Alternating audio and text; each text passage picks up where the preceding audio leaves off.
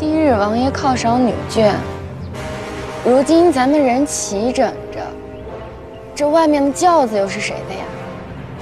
这底院这么大，容得下咱们，自然也容得下故人。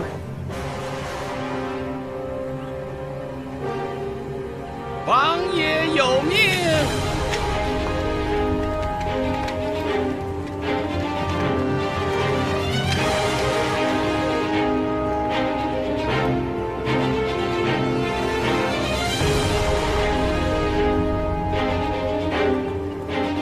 王爷有命，本王在公子邸久经年月，内眷贤而有惠，贤而有德，功不可没，理当重赏。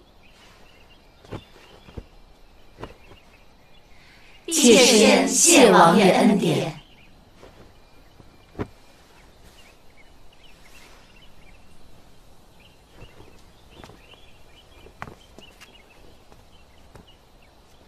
侧夫人落世。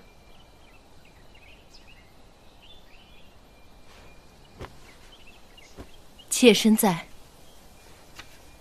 次落世彩漆荷叶托盘一个，香兰宝石梅花形金簪一对，如意珠帐一幅，翠玉白菜花插一盏。谢王爷恩典。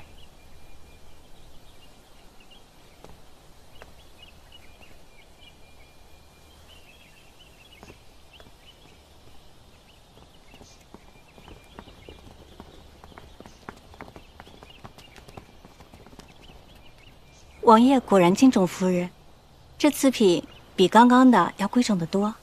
回夫人，这些赏赐并非是给您的。公公，您定是认错了，除了夫人，还有谁配得上这么好的赏？穆海瑶接赏。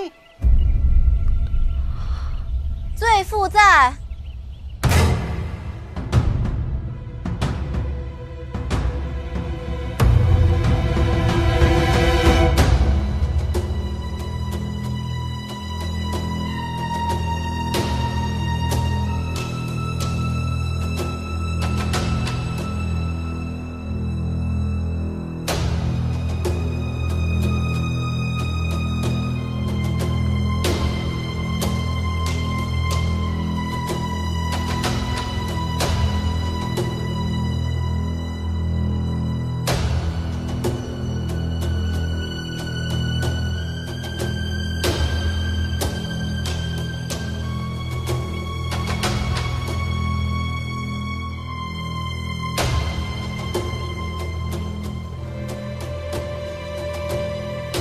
赐穆海瑶玉雕屏风一扇，紫檀雕花纹盖盒一个，八骏马象牙雕摆件一对，寿山石雕葡萄摆件一个，紫釉窑变鱼尾瓶一对。罪妇叩谢王爷。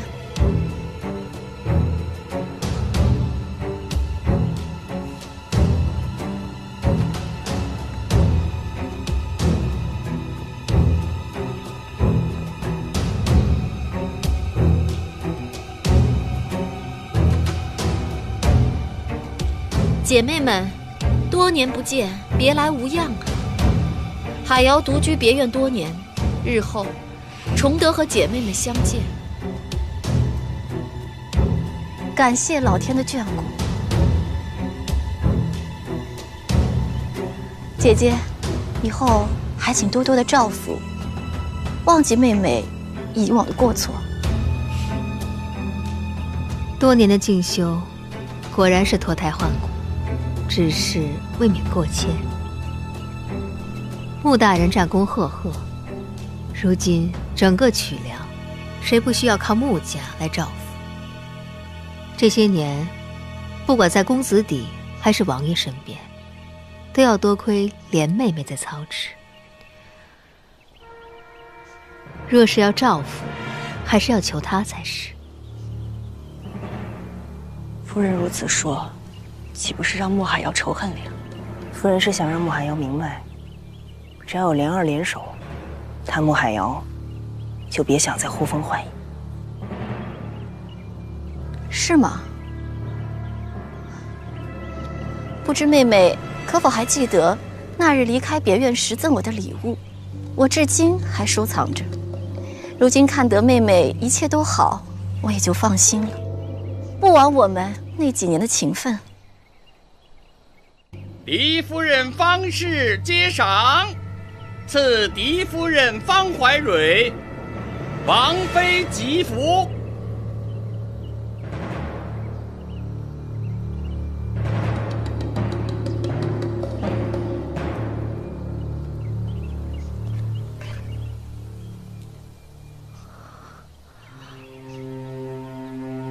难怪王爷最后才赏夫人，恭喜夫人，贺喜夫人，恭喜夫人，贺喜夫人。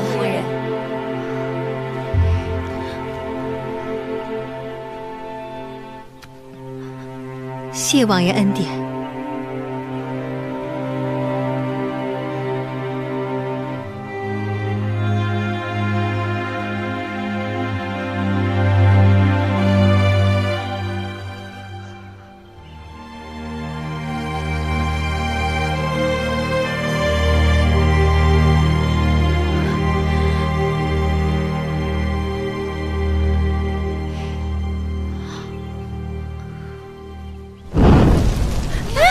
怎么着火了？着火了！着火了！丢掉！夫人，丢掉！夫人，丢掉！夫人，快放手！没事，怎么会这样？怎么会这样？夫人，你没事吧？有妹妹。怎么就着火了？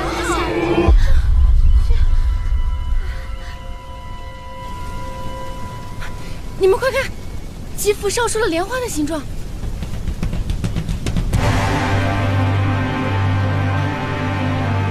莲花。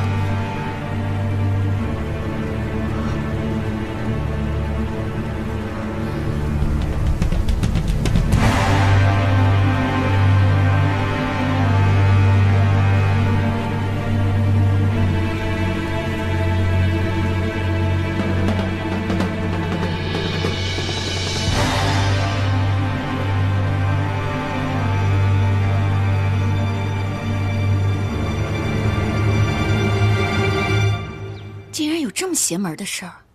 好好的王妃吉服，怎么就着火了呢？就是说呢，竟然还烧成了莲花形状。妾身不明白，姐妹们怎么都去看莲夫人？难道就因为她名字里有个莲字？自然不仅如此，你们两个入府晚，怕是还不知道，这莲夫人和先王妃十分相像，所以老王爷才会对莲夫人另眼相看。而他俩相像的其中一点便是独爱莲花。难道是老王爷显灵，想让莲夫人做王妃？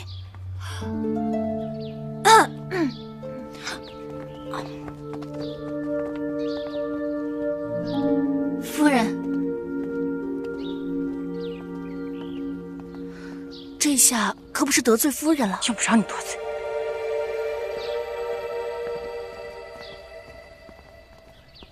夫人的脸色可真难看，也难怪，盼了这么多年的王妃吉服，眼看到了手里，却眼睁睁看着烧成了灰。徐良川，你怎么看？这吉服自然自是因为白灵，这倒不难猜。只是单单烧出一朵莲花的形状，倒也是奇了。无论他用了什么法子，莲夫人这步棋总是高明，大庭广众，悠悠之口。夫人就是再名正言顺，也敌不过老王爷，敌不过天意。只是小的在公子邸这么多年，也没发现莲夫人有这么大的野心。公子已经成了王爷，今非昔比了。可惜啊，就算他野心再大，手段再高，这王妃也只能是夫人。您说什么？王妃视我们为眼中钉，我们竟然要助她？她又何尝不是我的眼中钉？可如今洛青莲是王爷心尖上的人，要是让她再得了王妃，还有谁还能动她分毫？以后在王府的日子还长着呢。要是连谁是最强和谁是最恨都不能分清楚，那就白白在别院待了16年。如今的穆海瑶，连16年的屈辱都能容得下，又怎么会容不下一个他？夫人，夫人，小的斗胆问一句，您为何就没想过您自己呢？如今王爷处处仰仗穆大人，若您真想要当王妃，这即便是王爷不愿意，也不是没有一丝可能的。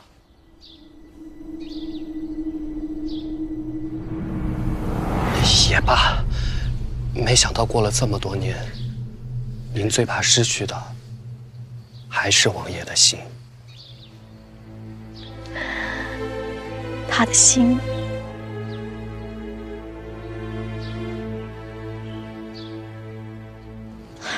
我不是早就失去了吗？夫人，方才不知道为什么公子邸各院都派人送了礼物过来，奴婢也不知道怎么回事，暂时都给收着了。等夫人您回来做主。说起见风使舵的速度，谁能比得上这群人啊？知月、冉云，你们立刻出去守着，关好门窗，千万不要让人进来。是。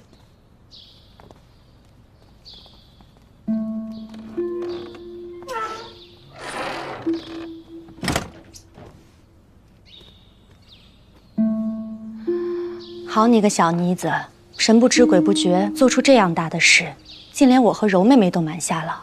怎么，想等做了王妃才告诉我们不成？此事并非2位姐姐所为。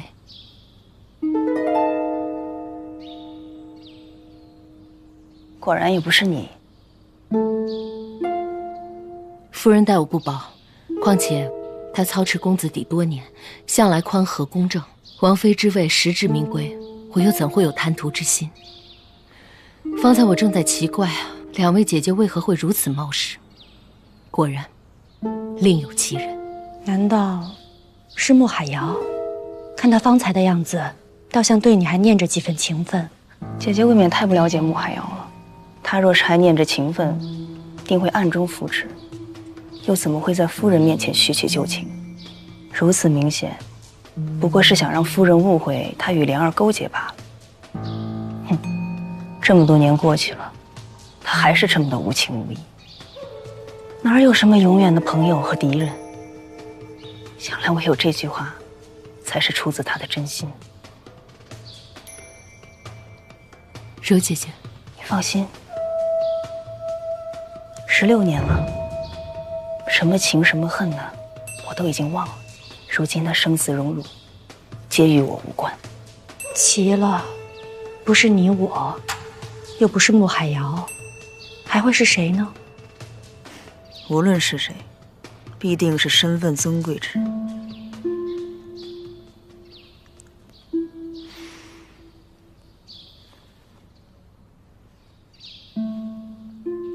我当时便觉得蹊跷，怎么会有烧不掉的布料？忽然想起有一种名叫绢云母的石头，磨成粉末后可以防火，所以我就取了些粉末回来。这绢云母并不易得，寻常人家是寻不到的。唯一能得到之处，只有王府的仓库。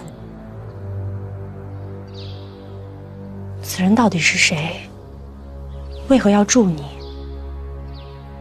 这哪是助我？恐怕现在夫人已对我有怨恨，穆海瑶又诸多忌惮，此人根本就不是助我，而是把我推向众矢之的。封爵大典在即，封妃更是指日可待。这些日子，不知道有多少人暗揣心事，更不知道有多少平地风波。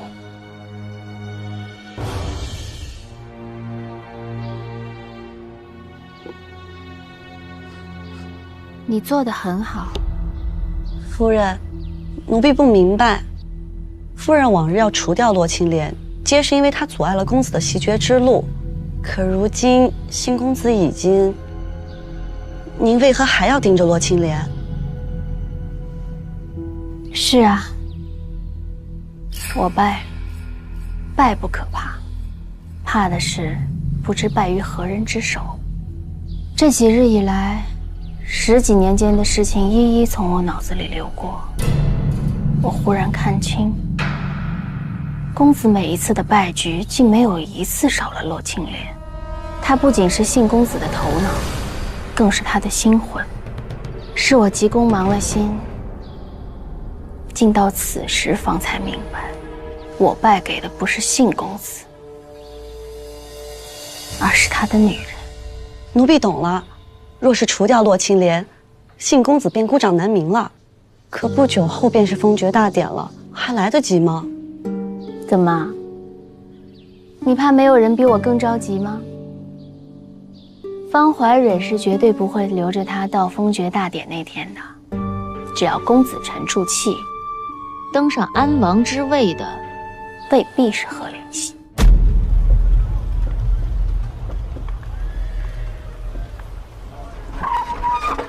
大人，大人，大人，您不能走啊！这只是个意外，您不能走啊！哼，意外？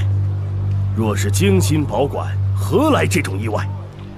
我大汗诚意恭祝王爷袭爵，竟遭到如此怠慢，却良人欺人太甚，大木欺人太甚。告诉你们王爷，等着我们大汗的战书吧。大人，这些马背上的部族，最看重的就是尊严，怎么受得了如此屈辱？只怕这一诏是在劫难逃了。四哥这一招高啊，烧了四哥尔进献的贡品，借此挑起两地纷争。我看老三这安王还怎么做？仓库的火是四哥放的，校期一买就是封爵大典了，这可是咱们最后的机会。是成是败，在此一举了。四哥，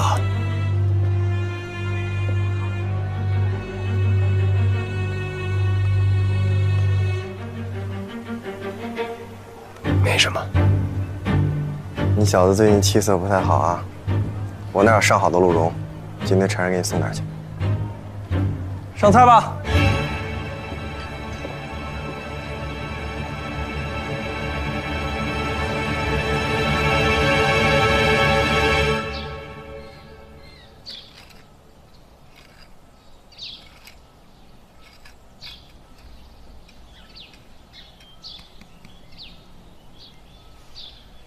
想不到德夫人为了华公子，竟至今都不愿见王爷一面。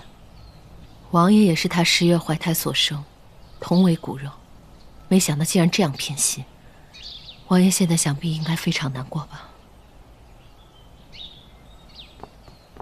夫人不好了，四个儿的贡品被烧了，使臣已经一怒之下离开曲梁，听说要下战书呢。你这便入府去瞧瞧吧。吉福之事还是要由你先说才好。走。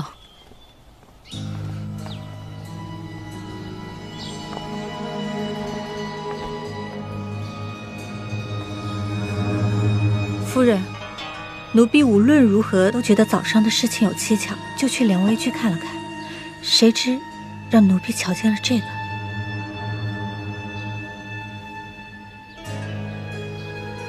奴婢已经打听过了，此物名叫卷云母。对，我为何忘了？如今证据确凿，您贵为王妃，就算王爷再宠爱洛青莲，也一定能够为您做主的。王妃，我还能当王妃吗？您是嫡夫人，洛青莲只是个典保署小官的女儿，如何能够与您相争？是吗？若是要家世显赫才能当王妃的话，那穆海瑶呢？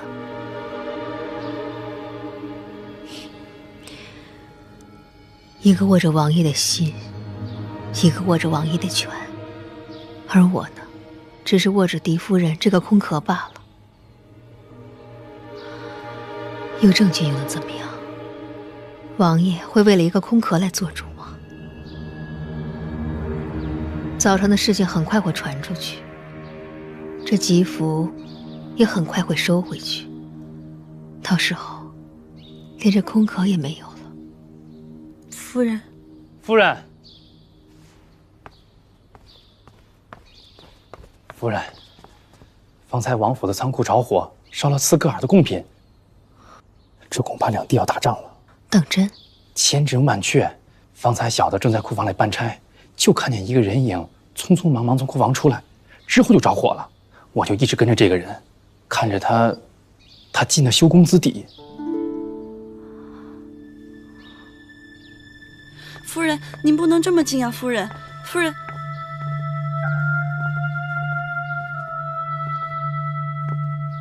你们都下去吧。是谁得罪了三夫人？啊，瞧我这记性，哪还有什么三夫人呀？恭喜了，多年夙愿一朝得偿，如今该叫您一声王妃了。不必了，我尚未封妃，也不一定是王妃。再说，有此夙愿的，又何止我一个人呢？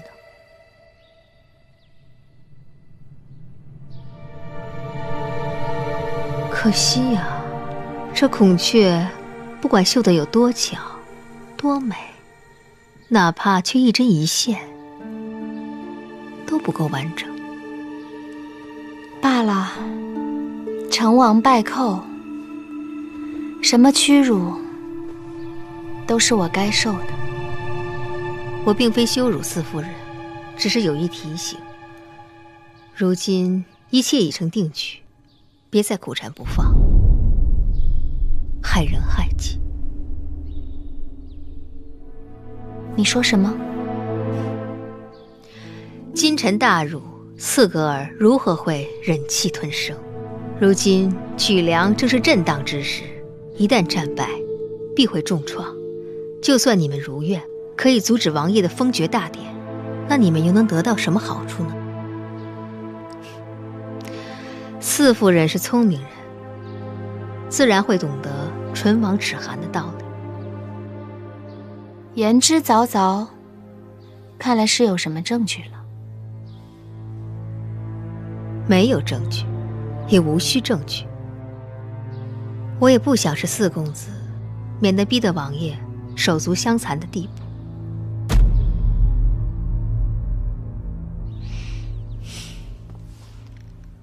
此事我全当不知，希望四夫人以后以曲梁为重，三思后行。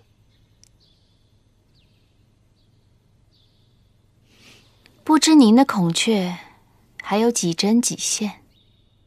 现在不是王妃不要紧，就怕永远都做不成，对吗？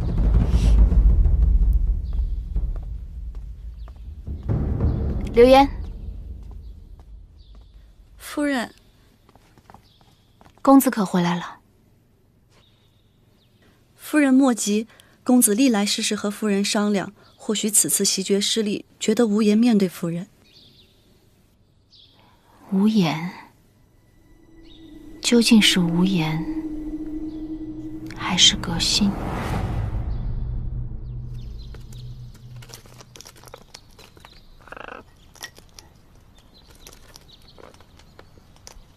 妾身给王爷请安。来得正好，瞧瞧，这是什么？这是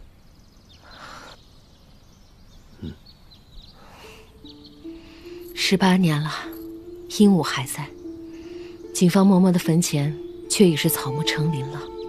锦芳嬷嬷死后这几年，都是余德常养着她，我都为了她7天了，一声都不叫。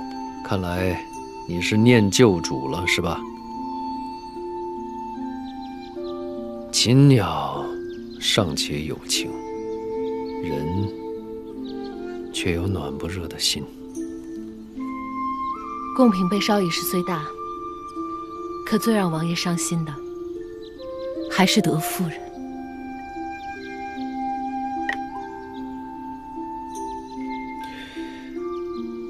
我早就知道今天不会风平浪静。天灾也好，人祸也罢，总有挡住的法子。可是我万万没想到，先给我致命一刀的，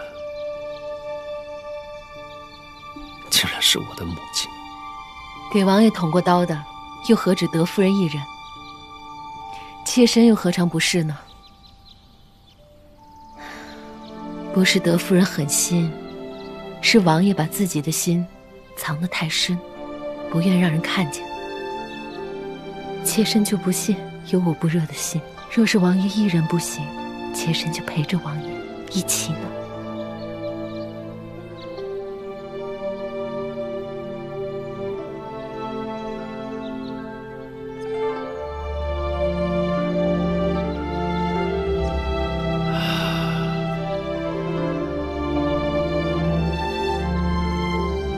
跟了我这么多年，你从来都只是受苦。如今袭爵了，我想给你最好的一切。可是方家曾经是曲梁的旧主，在曲梁根深蒂固。这王妃的位子，王爷，有件事情妾身不得不说。今天早上，王爷送给夫人的王妃吉服。王爷，懿公子从边疆回来了，快让他进来。三哥，小嫂子，好久不见，出事了。什么事？我刚回来便听说了贡品被烧，在火场发现了一个摔碎的白绫瓶子，还有。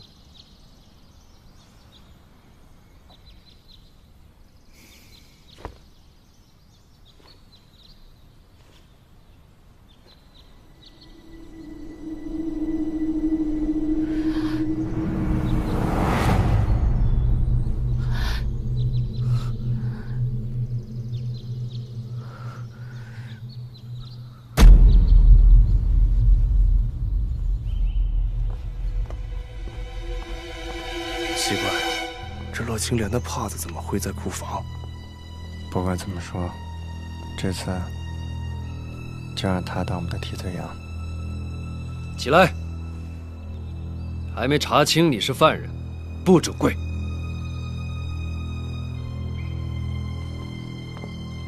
王爷，难道库房中找到的不是莲夫人的帕子？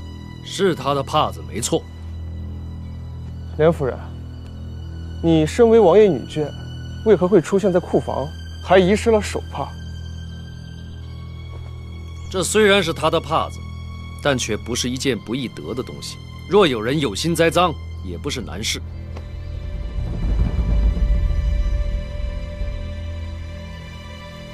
王爷，你这似乎有偏袒之嫌啊！不是偏袒，是信任。老妻深知莲夫人的品行，此事绝非她所为。信任？等刺格尔大军来犯的时候，看他们听不听你的信任。况且，毕竟今时不同往日，就算认识再久，又怎知他不会变？直公子说的没错。如今王爷贵为曲梁之主，而妾身也不再是公子邸的夫人。人越往高处走，越容易迷失自己，变得贪婪无度。妾身只想问一句：妾身贪的是什么？烧毁贡品，挑起两军之争，对妾身有什么好处？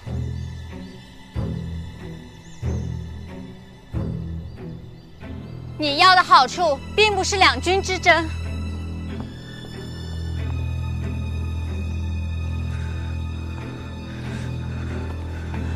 王爷，奴婢斗胆，恳请王爷替我家夫人做主。做主？你家夫人怎么了？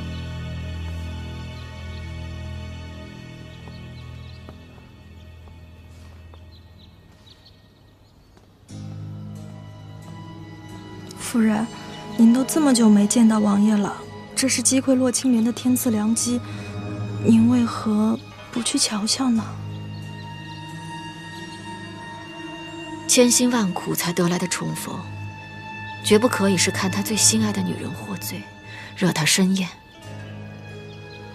我现在什么都没有了，有的只是王爷对我16年的亏欠，这也是我唯一的生存机会。可您若不在，万一洛青莲巧舌如簧脱了罪，那岂不是错失了良机？脱罪？只要有一个人在，他绝对脱不了罪。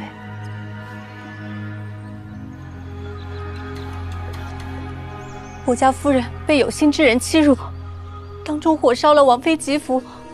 什么？今天一早，王爷亲赐给夫人的王妃吉服，竟然一打开盒子就见风而燃，而且还烧出了一朵莲花的形状。罪僚，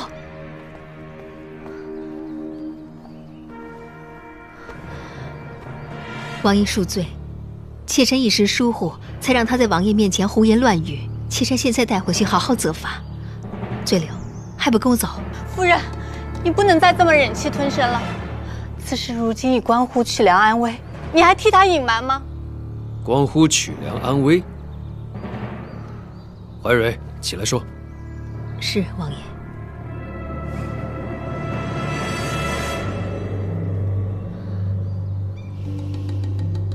刚才吉服被烧之时，妾身还以为是先王显灵，亲自为王爷挑选王妃人选，直到妾身在莲微居发现此物。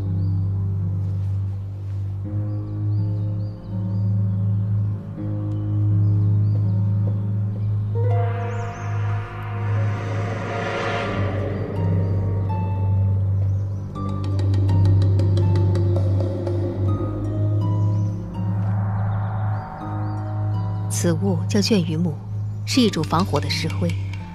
卷羽母只藏在府内的仓库里，刚才让人涂在吉服上面，不久仓库就着火了。妾身想尽办法想为莲妹妹脱罪，可是我真的没有办法相信这一切只是巧合。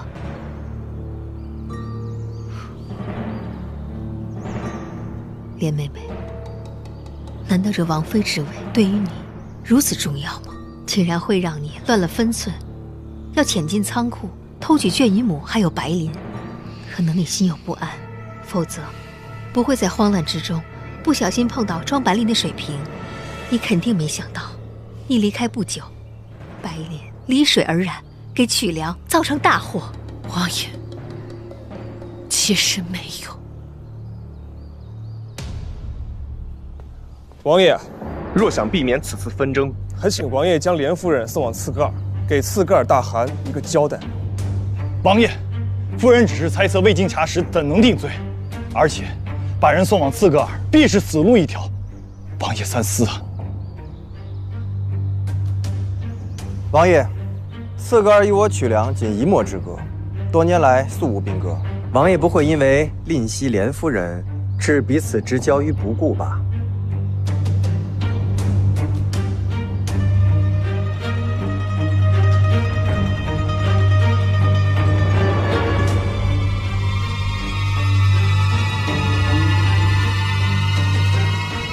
将莲夫人幽禁于城里院，查实之后再做处置。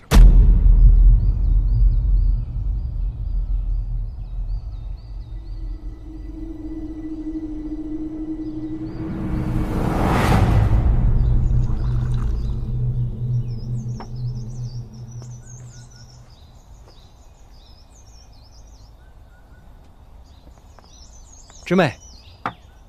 公子去哪儿了？闲来无事，跟老五老六出去闲逛了逛。去哪里逛了？昭辉院、王府仓库。看来公子一点也不闲呀。为何不与妾身商量？明明可以借刀杀人，为何要抛头露面？若是被抓到证据，岂非引来杀身之祸？芝妹。我是想，公子什么都不用想，一切自有妾身替公子打理。是，一切那你听夫人吩咐。妾身绝对不会让公子失望的。炖了汤，这就给公子盛来。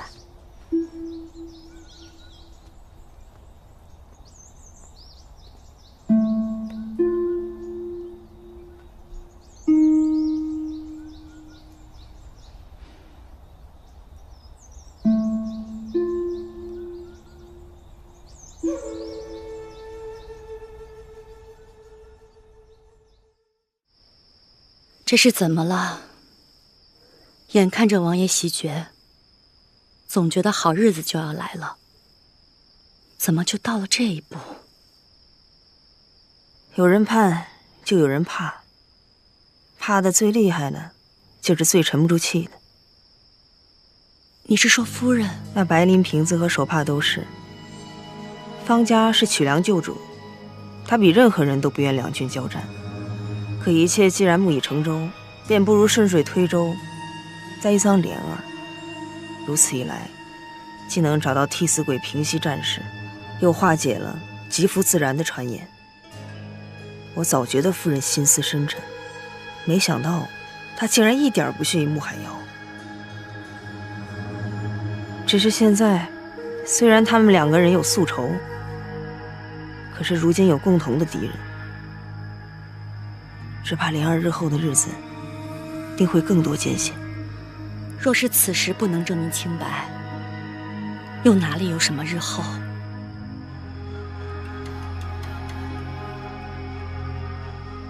莲儿，你想什么呢？好像当年我被贬入别院的那一天，也是这样的冬天，也是含冤被害，也是二位姐姐为我苏醒。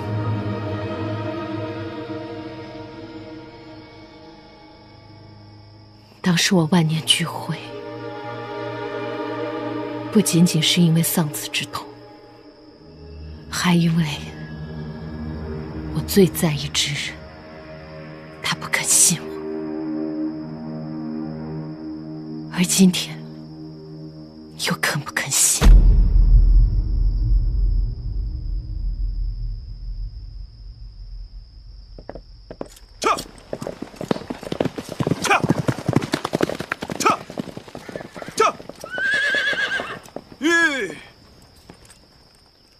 夫人，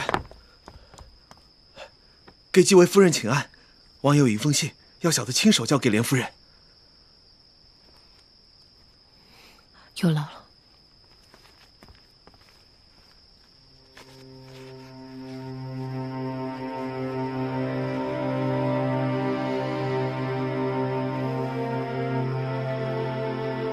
信你，救你。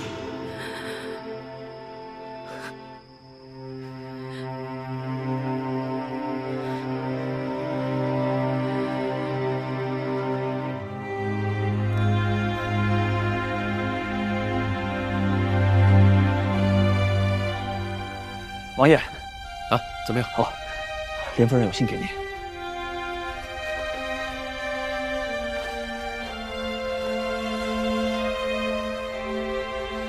谢你，祝你。王爷，莲夫人还有一句话让小人禀告您。她说，为了曲梁的安宁，她宁愿前往斯格尔。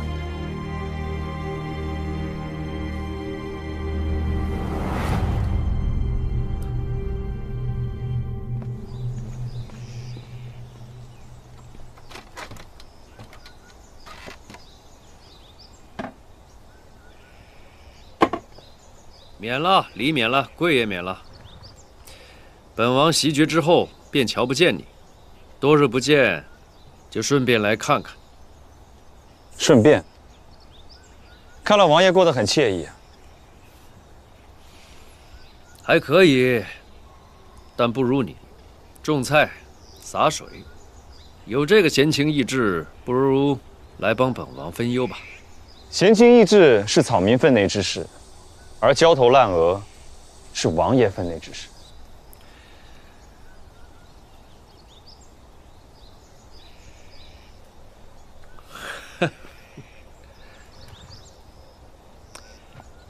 本王果然没有和你白交一场。你在享受着田园生活，还关心着本王的事儿。猜的没错，刺格尔和曲梁就要开战了。既然形势迫在眉睫，王爷又何必把时间浪费在草民这儿呢？李北义，你该不会是想撂本王的挑子吧？未曾担起，何来撂下？不知王爷是否记得你我最初的约定？原来是因为这个。记得，你助本王袭爵，本王替你免除贱籍。可如今，你已袭得爵位，是我已是王爷。可是你的贱籍是父亲所赐，大丧期间不便提及。现在大丧已过，可封爵大典还未办呢。贺连信，大丈夫一言九鼎，你怎可如此耍赖，还理直气壮？本王哪儿有？实在是，爵位未稳，内忧外患，没有时机呀。但若是有人能助我坐稳爵位，助我排解内忧外患，或许这时机即刻就能出现了。本王也是人，本王也不容易呀。能替王爷分忧的是您的下属，草民身负贱籍，不可出仕，不可效力，不可为王爷分忧。王爷请便。逐客对本王？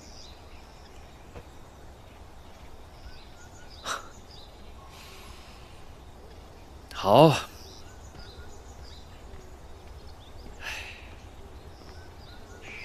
你不肯帮我，难道连他也不帮？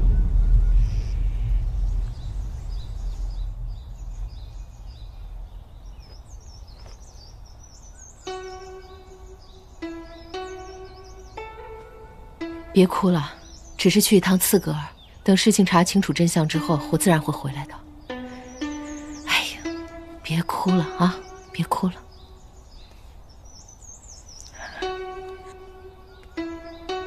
夫人说的云淡风轻，那为何不肯让奴婢和冉云同去？分明就是知道凶多吉少，怕连累我。有句话是奴婢不应该说的。王爷既然信您救您，那和刺格尔痛打一战便是，何必还要将您关在这城里院？只怕相比爵位和夫人，王爷到底是看重爵位多一些。不许胡说，王爷现在已经是曲梁之主，自然和做公子时的考量是不一样的。您想着曲梁，可旁人又有谁管？狄夫人为了除掉你，竟不惜放火烧贡品。方氏一族掌管曲梁已有数百年，狄夫人在乎曲梁之心，不输其他人，怎么可能拿战士来冒险呢？唯一希望如此的，就只有一个人。师兄。夫人，王爷出兵了。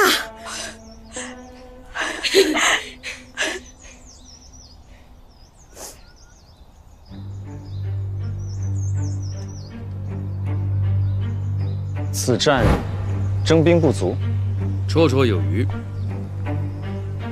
那就是多是老弱病残，皆是壮年。既然如此，穆天书一人便可取胜。王爷要草民做什么？穆天书虽然勇猛，却不拘小节。此战不仅要胜，还得巧胜。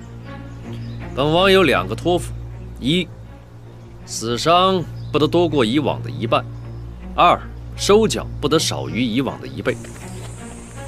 曲梁兵粮丰足，此战是王爷袭爵后的首战，关乎声誉。王爷何必如此苛刻？如今的曲梁，还有比声誉更重要的事。所有人都不知道，赫连信与刺格尔交战，洛青莲只是一个噱头。王爷薨逝，曲梁周边诸王染指之心蠢蠢欲动。曲梁官员和百姓对新的安王不乏非议，外患内忧，贺连信不得不战。这一战的成败不仅关乎新的安王，更关乎曲梁大木门户的牢固。真是谢天谢地，如今只等大军凯旋，莲儿不再受刺格尔所制，便能从城里园放出。昭儿日夜思念母亲，若是知道这个好消息，不知道该有多欢喜。四弟真是长大了，我数日都寻不见你。读书、练武、学才艺，你要做的事情真多。是这丫头，我说到处找不到她，原来又跑来这儿欺负昭儿了。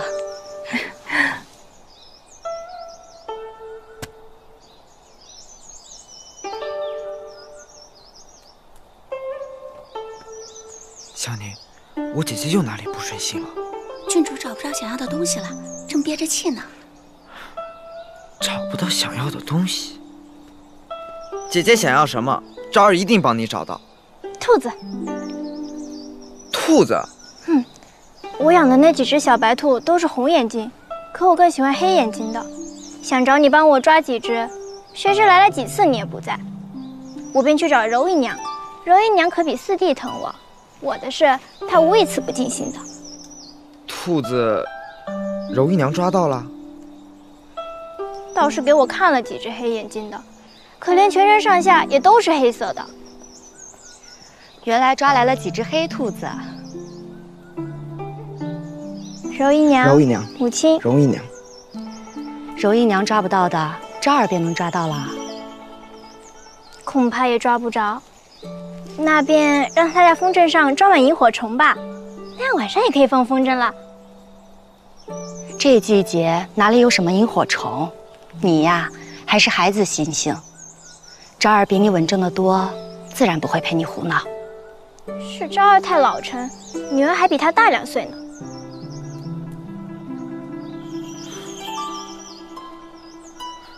昭儿，想你母亲了。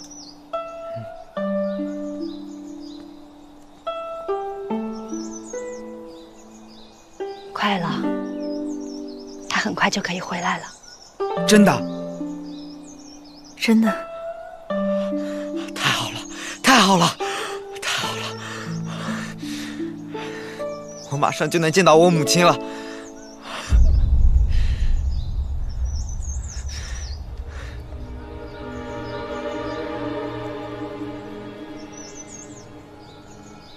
柔姐姐，你对莲妹妹的情谊，真的是让人羡慕。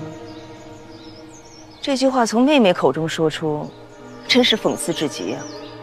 当年是我负了你，所以无论你打我、骂我、怨我、恨我，我都无怨。我只想感激你，若无当日彻骨之寒，何来今日入皮之暖？如今，我只想救回莲儿。只要你不挡我的路，就不是我的敌人。你长情无择言，在于久相伴。我许继柔从不是什么愚善之人，负我一次的人，终会一负再负。想不到真心之人都离我而去，陆海瑶啊，你还剩下什么？难道我真的错了？王爷，又有战报。读。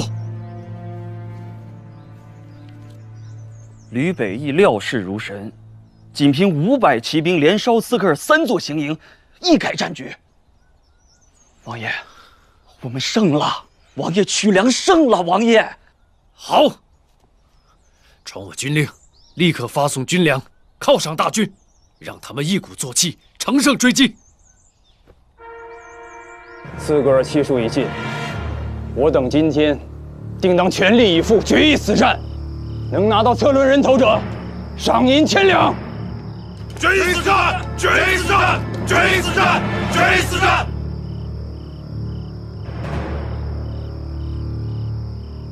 大人，你看这外面之人，虽然是剑戟之身，但是和骁勇却不逊于猛将，难怪王爷器重。报！报告将军，槟榔掺了谷糠。在哪儿？就在外面。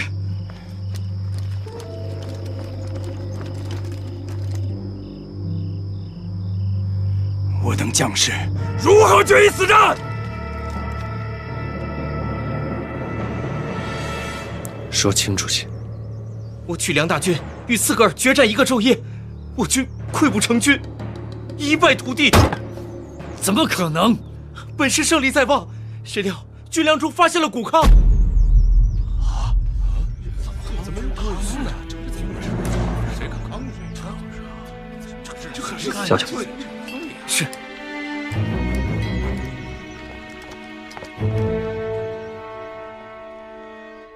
王爷，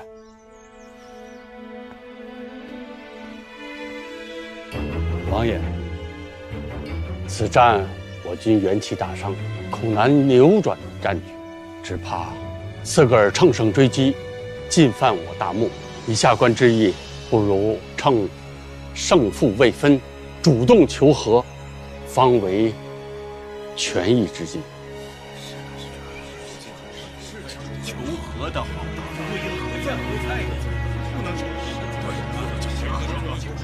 求和便要交出洛青莲，老三怎么舍得？等到屈良兵败，君上怪罪下来，看他还如何坐镇安稳。四哥，好计谋。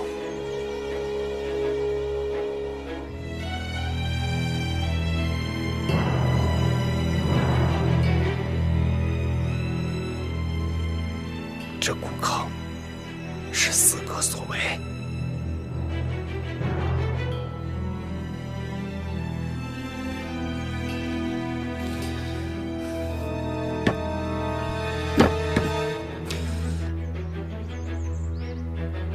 如何求和？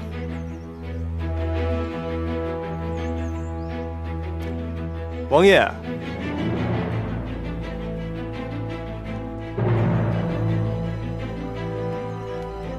王爷迟迟不发话，莫不是舍不得吧？事到如今，王爷还是不肯交出洛青莲吗？老六，休得无礼！王爷怎么会为了一个区区女子，置大局大义于不顾呢？报！王爷，刺格尔派使官前来，已到城门外。说什么？刺格尔派使官前来，已到城门外了。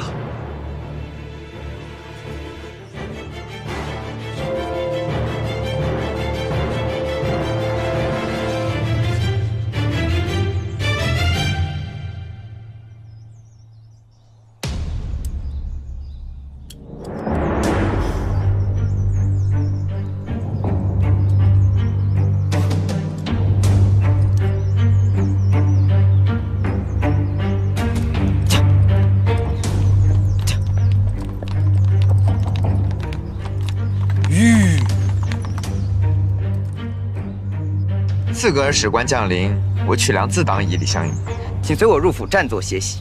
曲梁战败，果然是没有可用之人了，居然派一个乳臭未干的孩子相迎。我大漠乃礼仪之邦，迎接使官之人不计年龄，只依对方的身份轻重而定。我是安王的儿子。哦，你是安王的儿子，哈哈哈，嫩是嫩了点儿，倒也搬得上台面。这。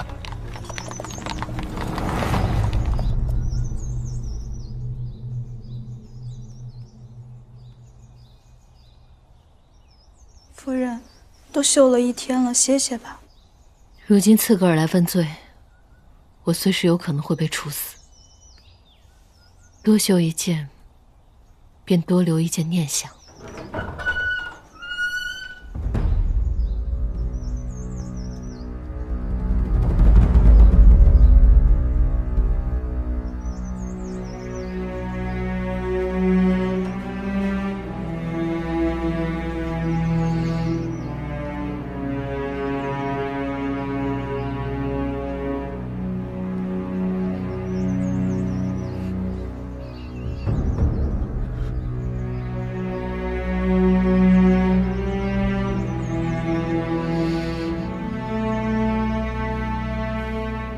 为什么不哭？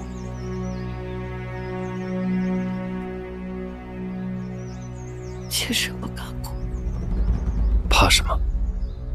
怕眼泪掉下来，能看清楚，才发现不是王爷。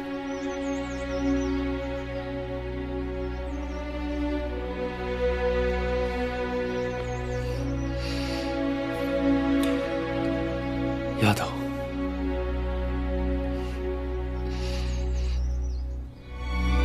我来晚了。能与王爷诀别，多晚都已经够了。谁说是要诀别？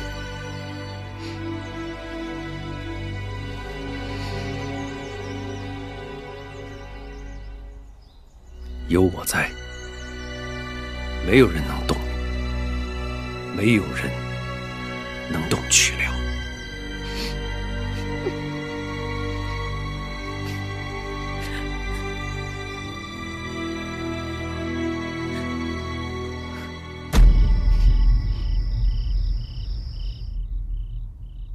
不就是见个史官吗？怎么连女眷都出来抛头露面的？就算是败下阵来，也不至于这么低下吧？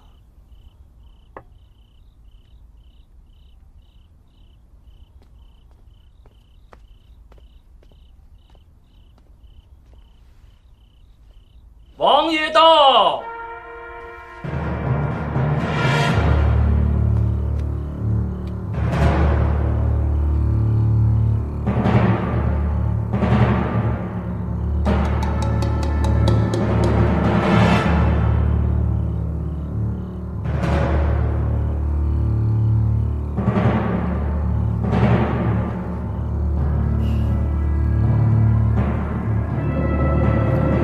都请坐。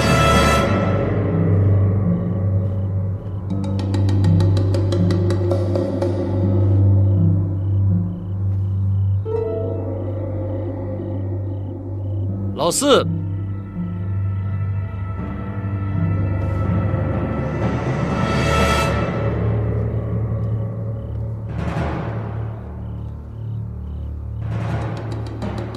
王爷。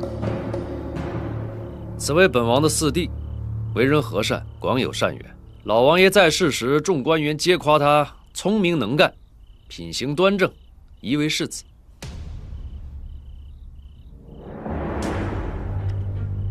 贺连修见过大人。老五，王爷，此为本王的五弟。善骑射，善经营，是诸公子里的首富。若把银子都拿出来，足够供5万大军半年之用。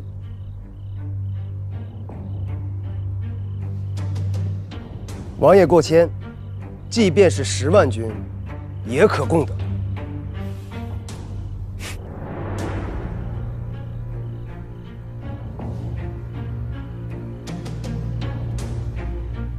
贺连总见过大人。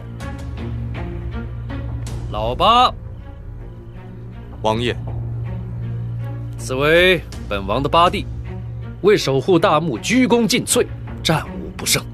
若非旧疾在身，无法出战，此番胜负可另当别论。贺连化见过大人。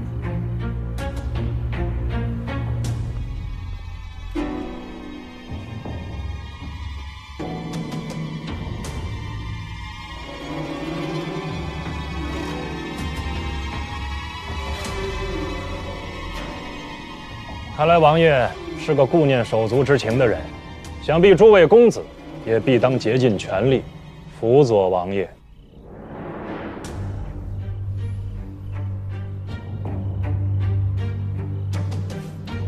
他们既是我的亲兄弟，在曲梁也身负要职。他们忠的不是本王，是我大墓，是曲梁。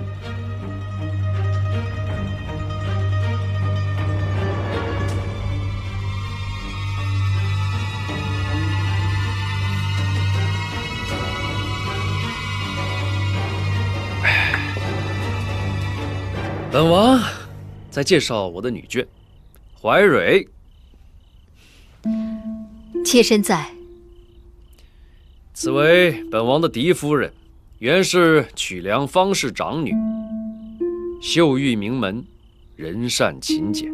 本王能够袭爵，与她操持公子邸不无关系。妾身见过大人。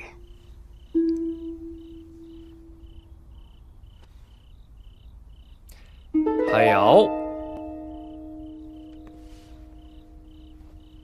妾身在。此为本王的侧夫人，其父贵为2等公，其兄你们认得，大将军穆天书。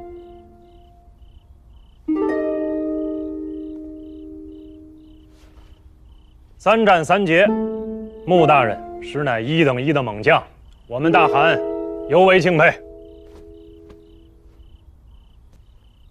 谢谢大人的夸奖，妾身见过大人。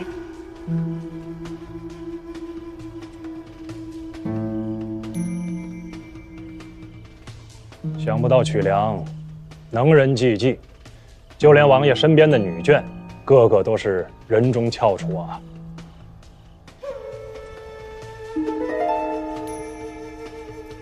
本王还有一位侧夫人，传莲夫人。传莲夫人，他想干什么？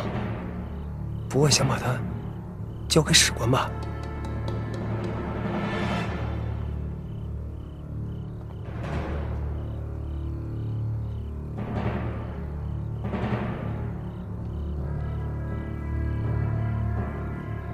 妾身见过王爷。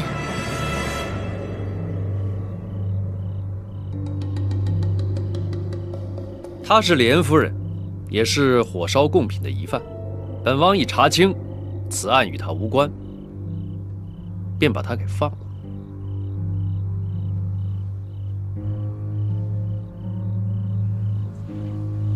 怎么可以轻易地放了他呢？如此强硬，分明是不把我自个儿放在眼里，真是欺人太甚。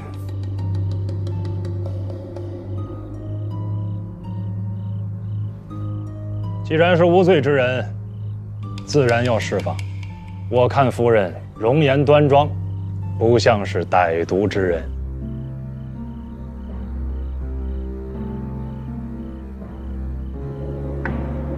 妾身见过大人。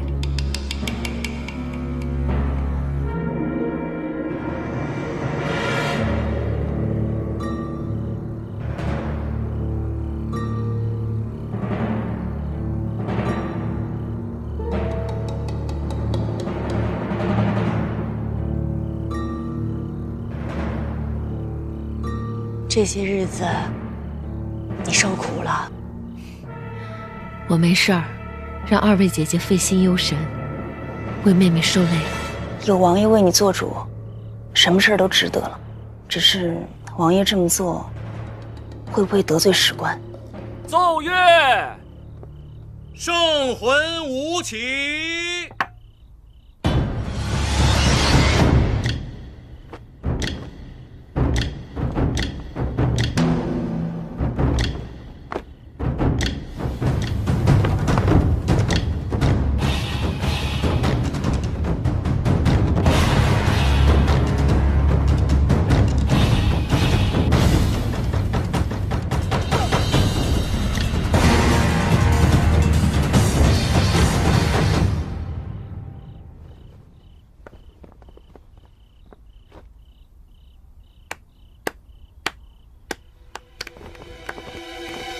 史官，这舞蹈如何？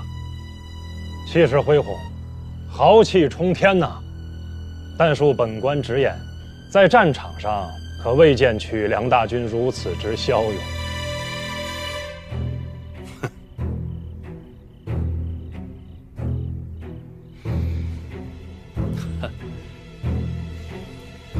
本王刚袭爵，诸事未稳，待日后，并不会如此。莫非王爷想继续再战？依王爷之意，是想血战到底。本王并非恋战，可此战若败，曲良将永受刺格尔所制。本王可败，曲良不可败，曲良的豪气也不可败。王爷可是忘了，以现在曲良之兵力，很难与我刺格尔大军抗衡啊。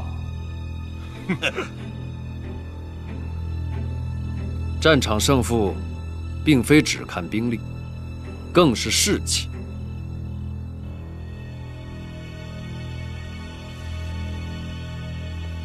本王将亲自出征，与将士们同吃同住，浴血杀敌。记住，你可胜我一次，绝不可胜第二次。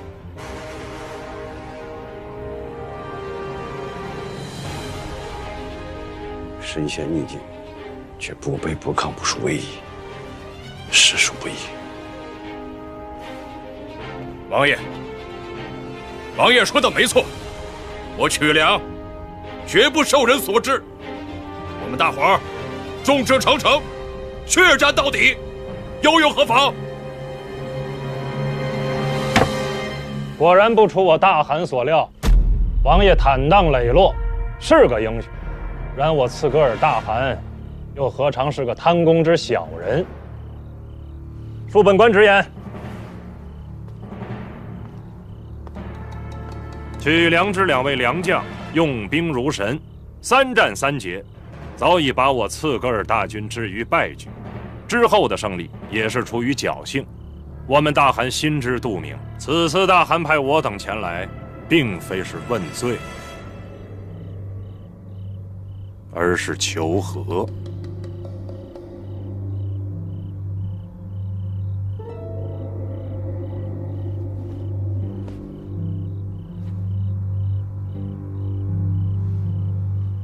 刺格尔大汗诚意向安王求一贤德女子，许作王妃。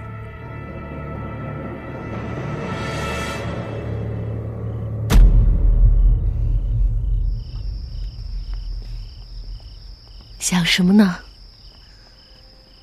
联姻，他们既然是来联姻，王爷可会答应？于公于私，王爷都容不得鏖战。姐姐别害怕，自古以来，和亲都是挑选侍女晋封高位而嫁。这次，即便王爷答应了和亲，也是从众多官员之中挑选高贵之女，晋封为郡主。不会轮到林薇的。希望如此。林薇是我的命，她若去了刺格尔，她若去了刺格尔，谁给她抓兔子啊？你们呀，终日宠着她，她本来就是孩子心性，什么时候才能长大？不需要长大，永远做我们的开心果。对呀，更何况，她也是我们俩的女儿啊。放心吧，我们3人在一起，还吃吗？好可爱。哎呦，夫人不好了，不好了！怎么了？夫人，苏南春刚才派人送来信，说昨夜史官求见王爷，说是联谊是想要什么？想要王爷的嫡亲郡主。此事可定下来了，王爷怎么说？苏南春只跟我说了这些。刺格尔诚意求和已是大义之举，曲良作为战败之方，于情于理，王爷都没有拒绝的余地。莲儿，你去求王爷收回成命，王爷最听你的话，至少还有5成转机。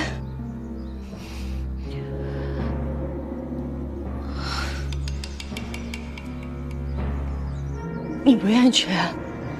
不是。是啊，这是惹王爷生气的事。可是我人微言轻，娘家亦无权无势，我除了求你这个10几年的姐妹，我还能去求谁？哎，别急，别急，我去求王爷。真的啊，莲儿，我和林薇的命全部都交给你了。只会照顾好他。是，莲儿。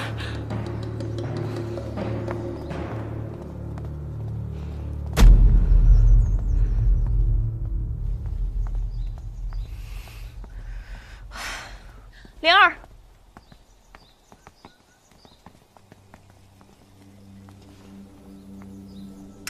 你可知狄夫人为什么要这样做？我知道。你明知道还是要去？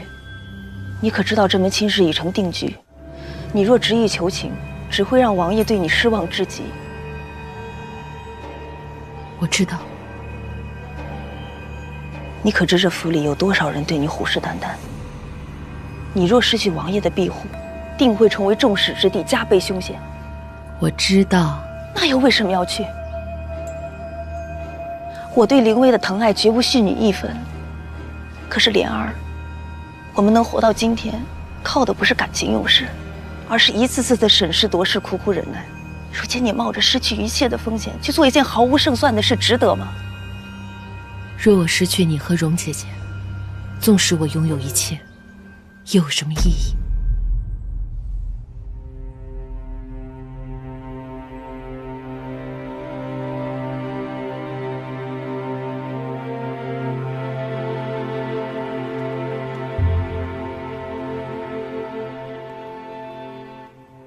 刚刚睡下。他见完史官，一夜没合眼，刚刚睡着。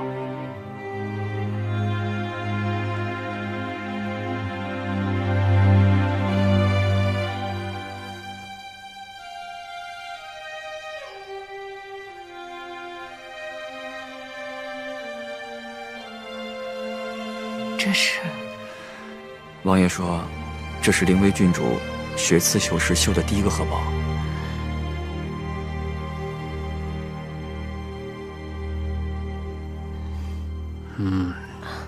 你醒了？来了。妾身吵到你了？哎呀，我知道你会来找我，只是没想到这么快。有什么想说的话，就尽快说吧。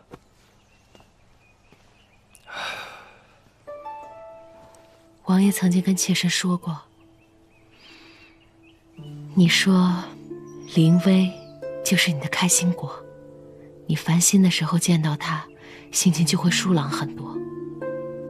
你还说她是你心尖上的一块肉，儿女之中就她一个，让你牵肠挂肚。是啊，只有她一个。可为何王爷现在又忍得下心，舍得让她风雨3000，远嫁大漠？本王也舍不得，可本王答应了傅景佑。老王爷答应过老王爷什么？答应他要誓死守护曲梁，守护百姓。王爷在宴会上说自己会亲自出征，难道那时可战，现在便不可战了？那是以为刺格尔兴师问罪，我若臣服，便会让曲梁永远受制。我是为了百姓不受辱而战，可如今他们一心求和，我若再战，便是只念私心，不顾百姓，明白吗？妾身不明白。贺家深受百姓爱戴，凭的就是爱民如子。若失去民心，哪怕是坐上这个安王之位，也是一事都不可成，懂吗？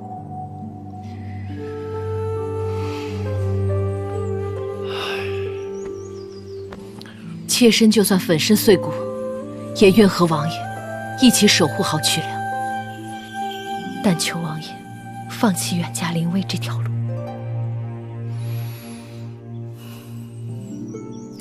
你还是没懂。苏南春在。夫人累了，送她回去吧。是。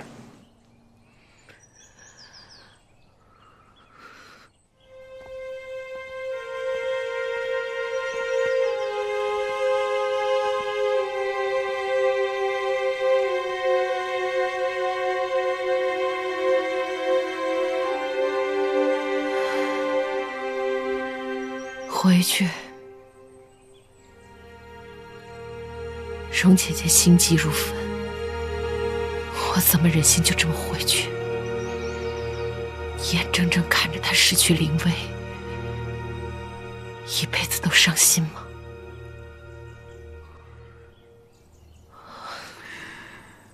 莲夫人，王爷的事情，小人本不该妄言。小人斗胆有个主意，任是史官自己调的，若是他自己改变主意了呢？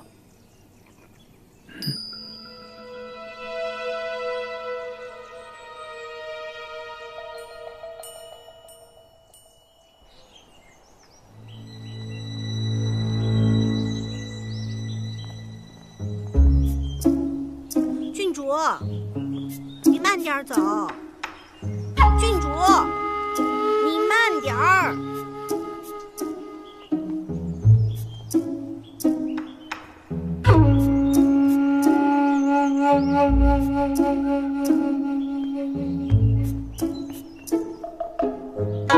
郡主，郡主，郡主。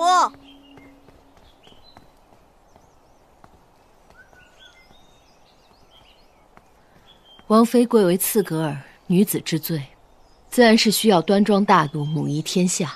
其实随便一个女子便可能。郡主虽然身份尊贵，但是否能和韩王琴瑟和鸣，才貌相配，那就另当别论了。即便不配，那又何妨？夫人未免也太小看我们大汗了。求亲，不是为了沉迷女色，而是为了不再兵戈相向。于刺格尔，于曲梁，都是民心所向。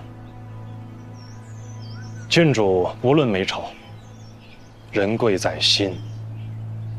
只要郡主心地善良，策伦大汗必定终身相爱互敬，不离不弃。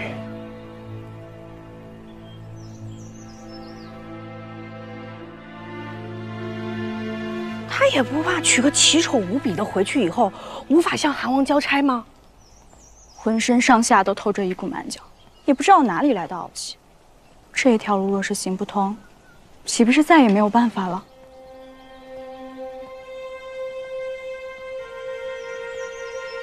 有了园子，就没了曲梁。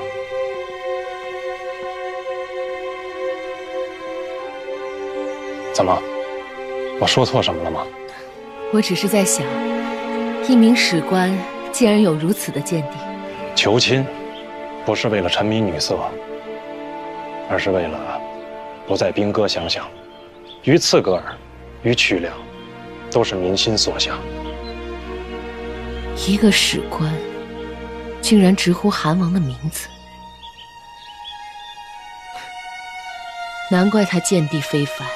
难怪他根本不怕无法向韩王交差，因为他根本不是什么史官，他就是刺格尔韩王。你说什么？那史官就是策伦？如此说来，那林薇的亲事无论如何都不能更改了吗？荣姐姐，莲儿，你再想想办法。我求求你救救姐姐，救救林薇，好不好？你冷静一点，你听我说好吗？我有一些想法想和你商量。妹妹有别的意思？是策伦，他贵为一国的韩王，又风华正茂，尚未立妃。最主要是这次芳菲园之行，让我看到他是一个有格局、有思想、有人品的人。妹妹想说什么？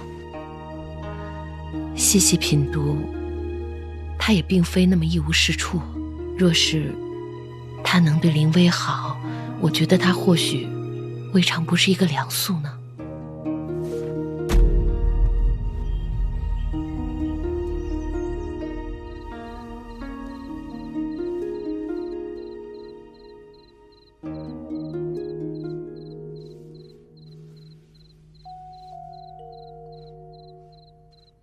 这头发多好，黑得像墨，亮得像夜里的星星。谁的女儿能有这么好的头发？母亲，你匆匆叫我回来，只是要给女儿梳头。梳头，打扮。母亲以为这些如吃饭般平常，却没想到会有这么一天，能亲手照料自己的女儿，竟这样设置。母亲，母亲半生懦弱，现在不一样了。母亲从来没有像现在这样过，浑身都是力气。来，母亲给我的女儿穿衣服。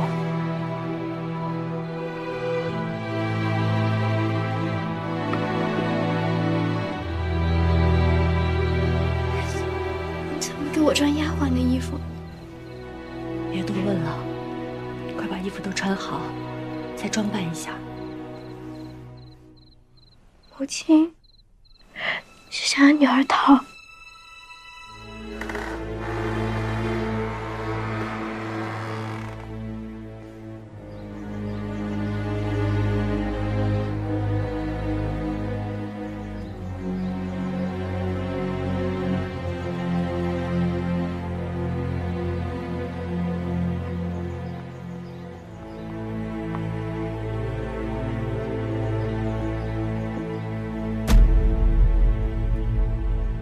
郡主，快走吧，耽误时间就麻烦了。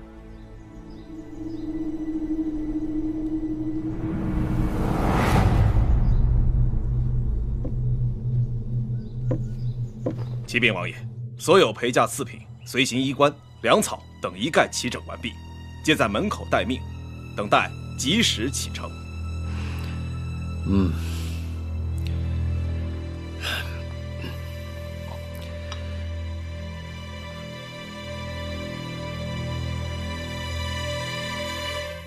苏南春，在。回趟底院，让郡主别误了吉时。是王爷。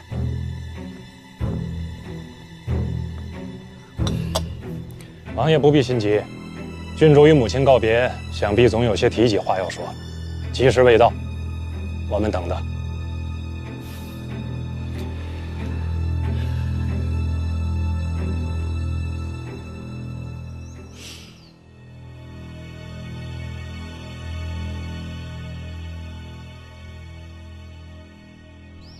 母亲，仪仗都候在鹿鸣门，父亲和史官都在金康殿等着姐姐辞行呢。慈禧，临危远嫁，我竟然没有勇气去送一送。不是因为你容姨娘怪罪我，而是你母亲终究未能做到姐妹同心，而是在你父亲和姐妹之间摇摆不定。这儿想说什么？儿子想说，即使是容姨娘错怪了母亲，也只是一时的，事情过去了，自然会好。又怎么会好呢？临危这一走，恐怕与你容姨娘再无相见之日了。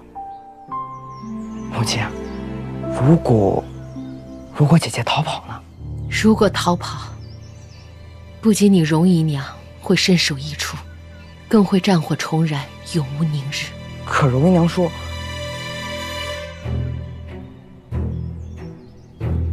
你容姨娘说什么？儿子该死。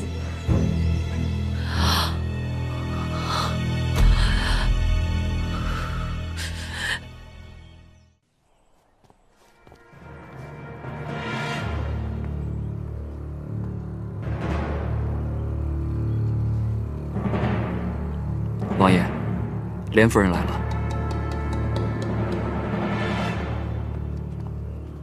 妾身见过王爷。人呢？启禀王爷，郡主已做好了准备，可突然生了疾病。疾病？什么疾病？心脏疼痛，全身发抖，无法行走。我说过的话，都记住了吗？记住了，绝对不能让王府的人找回郡主。若是情非得已，格杀勿论。去吧。是。咱们为了挑起战事，连自己的亲生侄女都不放过。吴哥，侄女虽亲，可终究亲不过你我的前途啊！前途？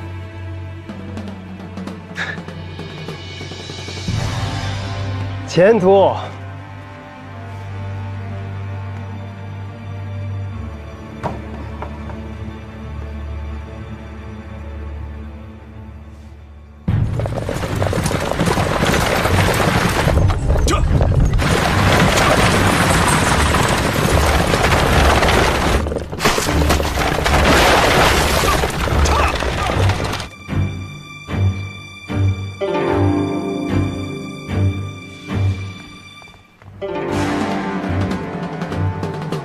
罗夫人，王爷请您到。知道了，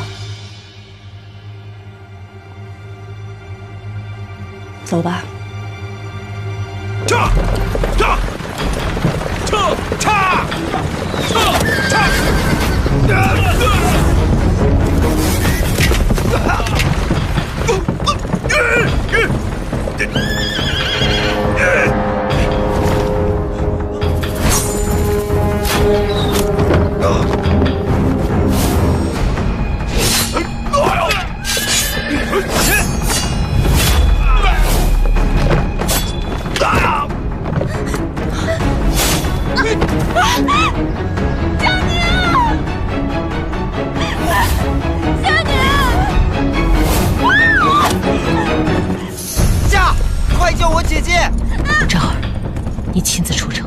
务必把林薇找回来。母亲，母亲知道你跟林薇感情深厚，可是此时容不得半点犹豫。林薇不回来，性命不保。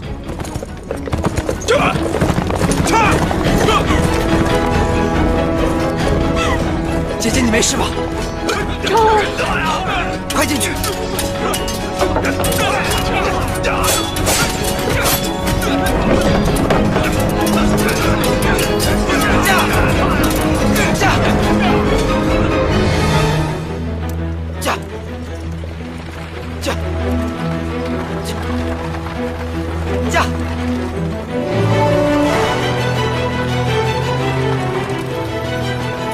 姐姐，你怎么哭了？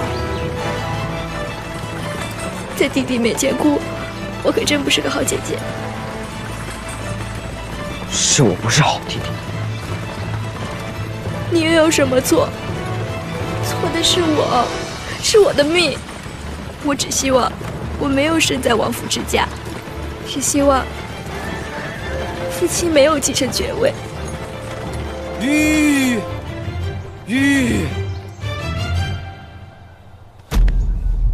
昭儿，你干什么？你走吧，我不拦着你了，这就放你远走高飞。傻弟弟，我逃走了又如何？之后就会幸福吗？不也是与母亲分离？王府迟早要受我牵连。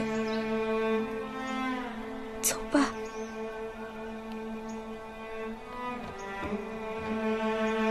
姐姐，小时候爷爷对我说过一句话：曲良有许多孩子，他每天操劳政事，就是为了让那些孩子可以吃饱、穿暖，快快乐乐地玩耍。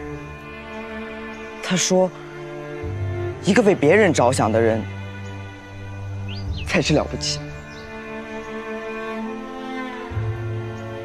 好弟弟，姐姐明白了。姐姐，我向你保证，日后错伦要是敢欺负我，我一定带兵灭了刺客，再把你接回来。走吧。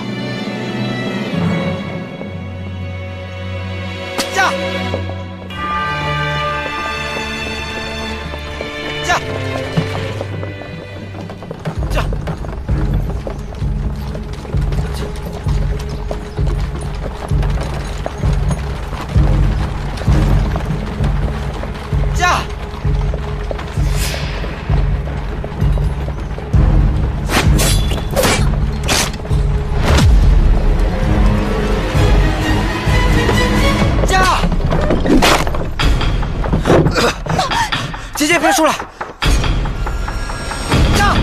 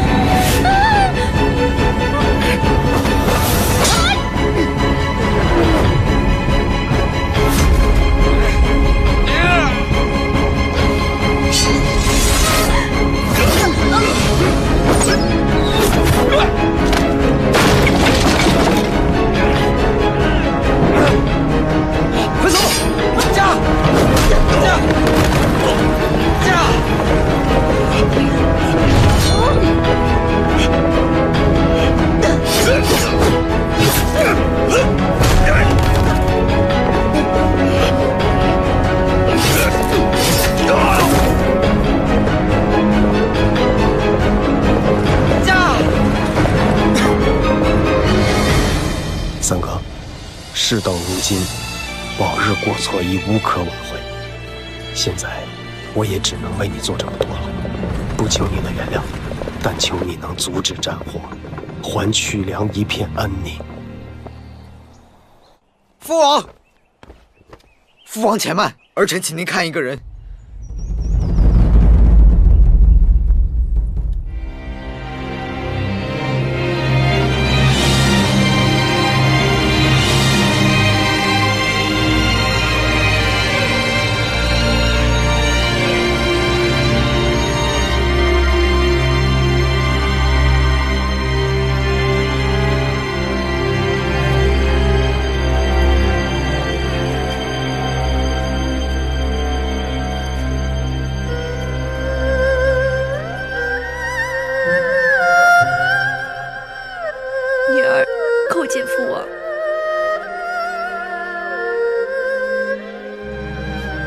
修之征战，汇集苍生，望大汗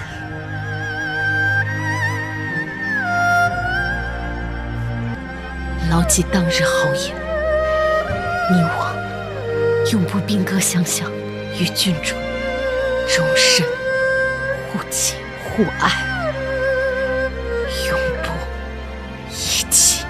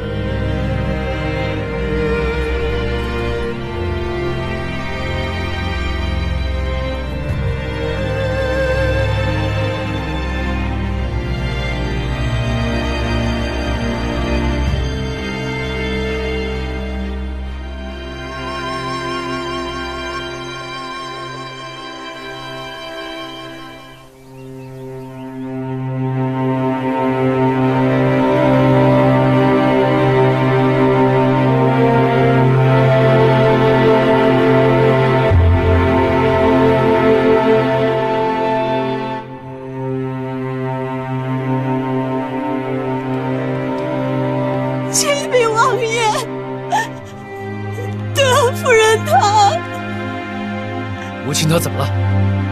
他是不行了。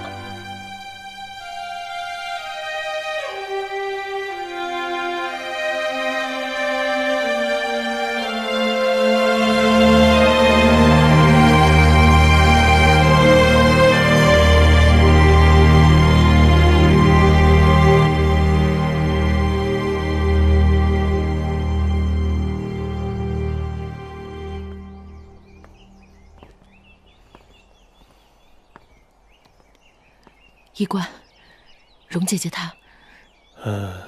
荣夫人身体孱弱，又受风邪侵袭，怕是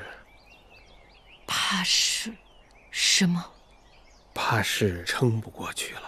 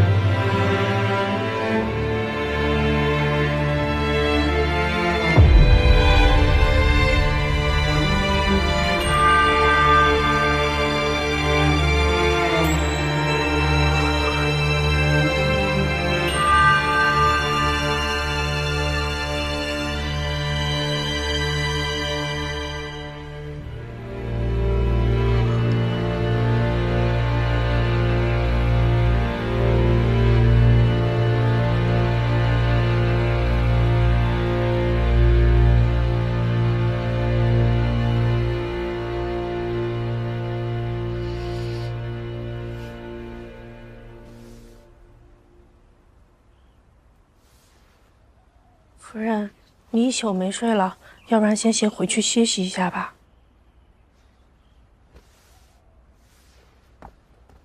灵儿，灵儿，柔姐姐，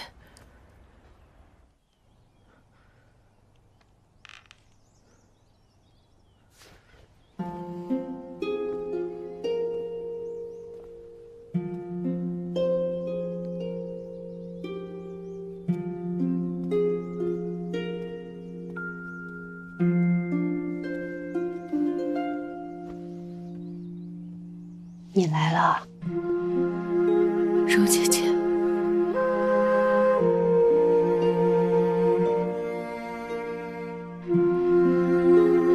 别哭，人总有一死。我这一生无伤无痛，最后有你们陪在我身边，已经知足。终究是我没有劝动王爷，我也没能够让林薇远走高飞。姐姐，是我对不起你。不说这个了，来，陪我下一盘棋吧。不下，你累了，不下。平日我总是事事依你，事到如今，你别依我一回，好不好？好，我下。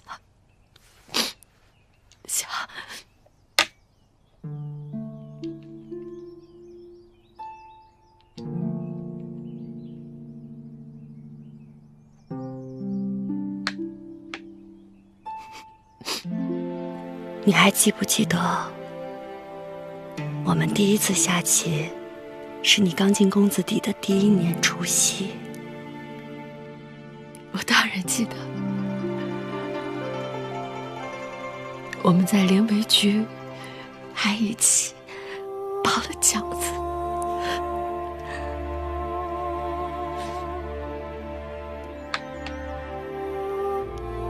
可还记得是谁赢了？自然是姐姐赢了。这么多年，你一直都是棋胜一筹。那天，我们以输了的人包饺子为赌注，一局棋足足下了1个时辰。最后，是我以半子之差险胜，我高兴得不得了，眉眼都笑弯了。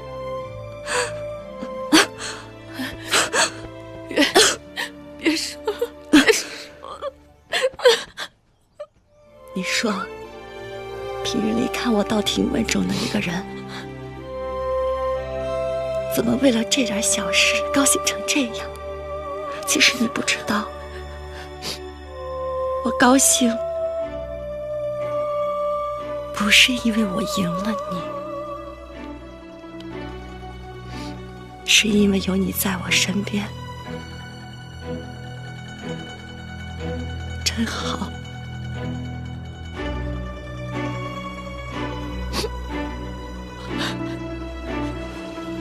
你以为我不知道？其实我心知肚明，并非我的棋艺高你一等，而是你为了哄我高兴，次次输我半子，永远都是半子。只要姐姐高兴，输赢没有任何关系。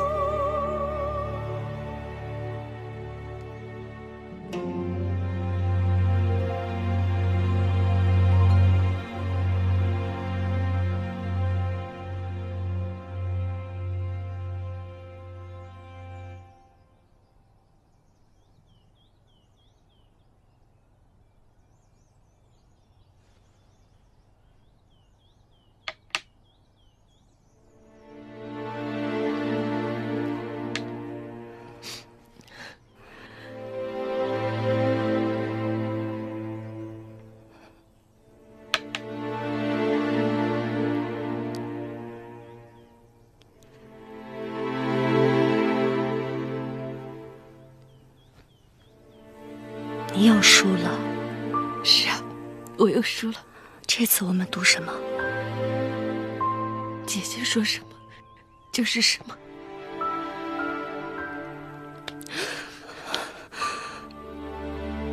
我要你承诺，一定要辅佐王爷稳固爵位，让我曲梁更加强盛，大木更加强盛。唯有这样，我的灵位才不会被刺客儿欺负。我求你了，我答应你，我答应你，我都答应你，姐姐。灵儿，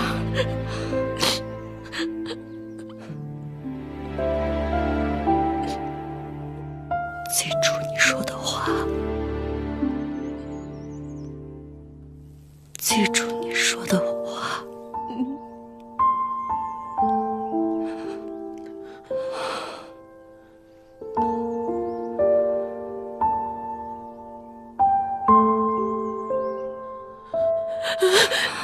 姐姐，莲儿，记住你说的话。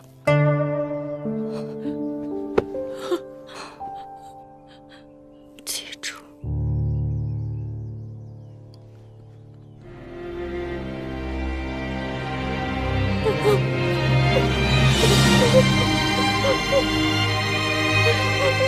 为什么要丢下我？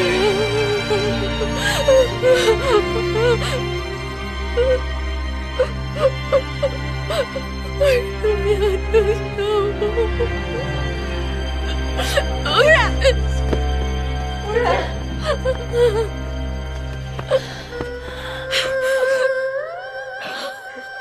夫人，你不要莲儿了，是不是？你不要莲儿。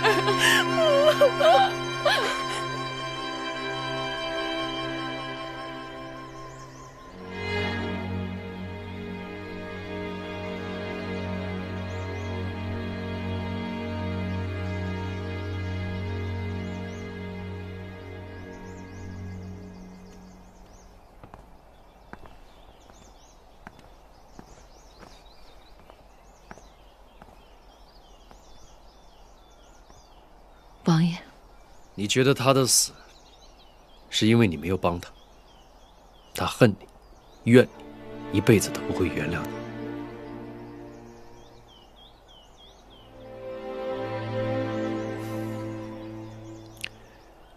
母亲一句话也没和我说。当我赶到昭辉院时，他已经昏迷不醒。原来自从他知道林薇要出嫁，他就病了。我大怒，为何没有向我禀报？秋实才说，母亲严禁任何人透露半字，在昏迷之前也不许任何人踏出院子半步。这就是我的母亲，何其残忍！人之将死，责也好，骂也好，竟然不让自己的亲生儿子见一面。王爷，如果我知道他已病危，无论他想或不想，我一定会亲自端茶送药，洁面梳头，就是被他赶出去，百次千次也一定要坚持到最后一刻。我为的并不是什么原谅，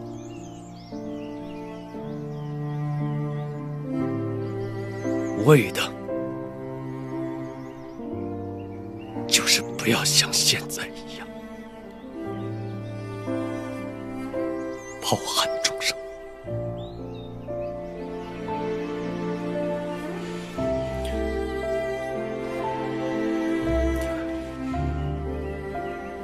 丫头，人生总有缺憾，若你我无法阻止，便求用余生，用尽全力，一寸寸地填平它。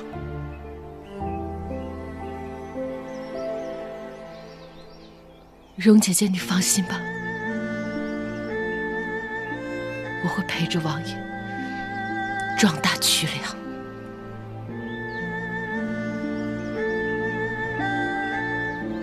守护灵薇。